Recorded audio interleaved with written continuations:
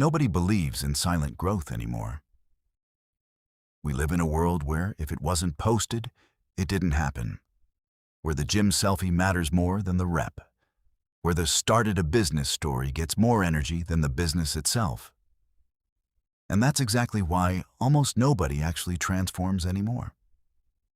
Because here's the truth nobody wants to say out loud. The moment you announce your goal, you've already spent half the energy it would have taken to reach it. You got the applause early. Your brain already collected the reward.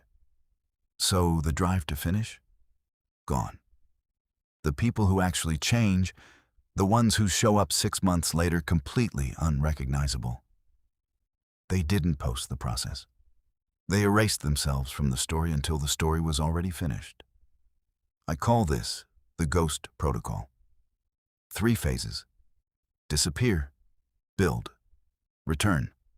Mess up the order, and you'll fail like everyone else. Get it right.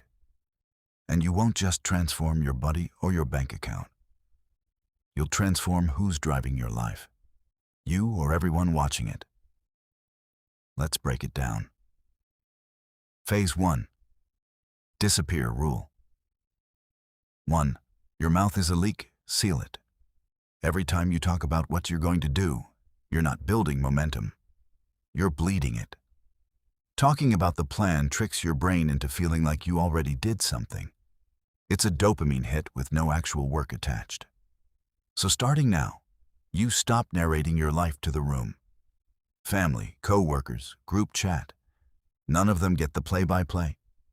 The only possible exception is a partner who has earned that trust by actually wanting to see you win, not someone who will quietly resent your climb. This will feel unnatural. Humans are wired to share. It's how we used to prove we belong to the tribe. You're going to have to catch the words before they leave your mouth every single time, until silence becomes your default setting instead of your discipline. Rule 2. Build a jury of 1. Most people are secretly running their whole life by a committee that was never elected. Friends, followers, family members who half remember who you used to be. None of them are thinking about you nearly as much as you assume. But your nervous system doesn't know that. So it keeps performing for an audience that isn't even watching. Fire the committee. Appoint a single judge, the version of you that you're trying to become. Ask that person every day.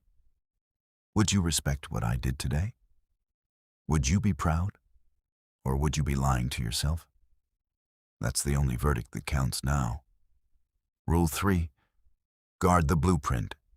Excitement makes people sloppy. The second you have a real plan, you'll feel the itch to show it off.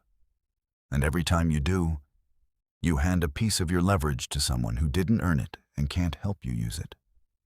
Think of it like this. Every detail you leak is a percentage point of your outcome, gone, traded for a moment of feeling impressive.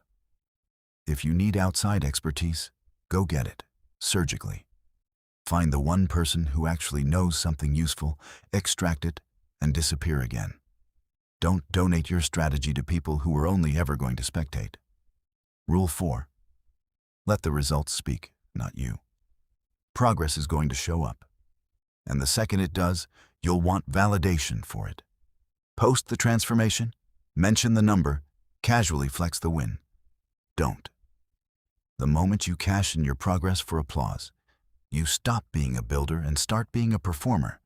And performers stop building the second the applause stops. Bank every win internally.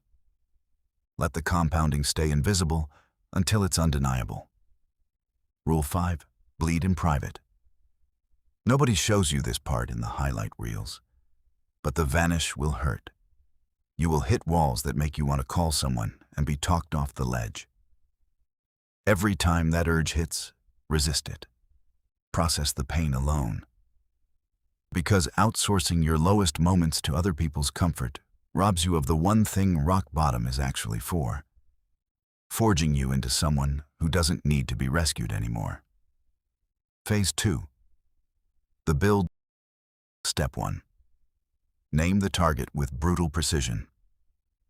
Vague goals produce vague people.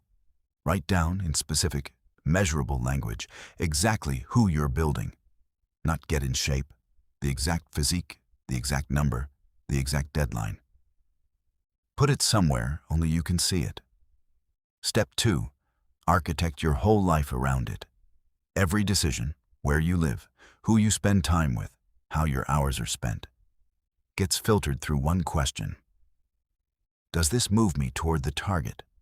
Move closer to the gym. Take the course that builds the skill.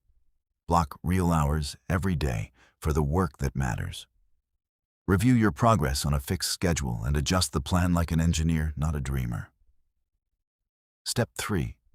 Rewire what happiness means to you. At first, the isolation and the grind will feel like a sacrifice. Stay in it long enough and something flips. You start to find peace in the invisible work itself, not just the outcome. That shift is the actual transformation. Everything else is just the evidence of it. Phase 3. The return. Here's the twist almost nobody tells you. Once you've actually done this right, you stop needing the reveal. The applause you used to crave becomes almost irrelevant because you already got the only approval that ever mattered, your own. You'll still return, still be seen, still live your life in the open again. But you'll carry the shadow with you. You'll keep building in silence, even in public, because you've realized silence was never the punishment. It was the advantage. Most people are terrified of being unseen. Learn to love it, and you'll be operating on a different plane than everyone still performing their potential instead of building it.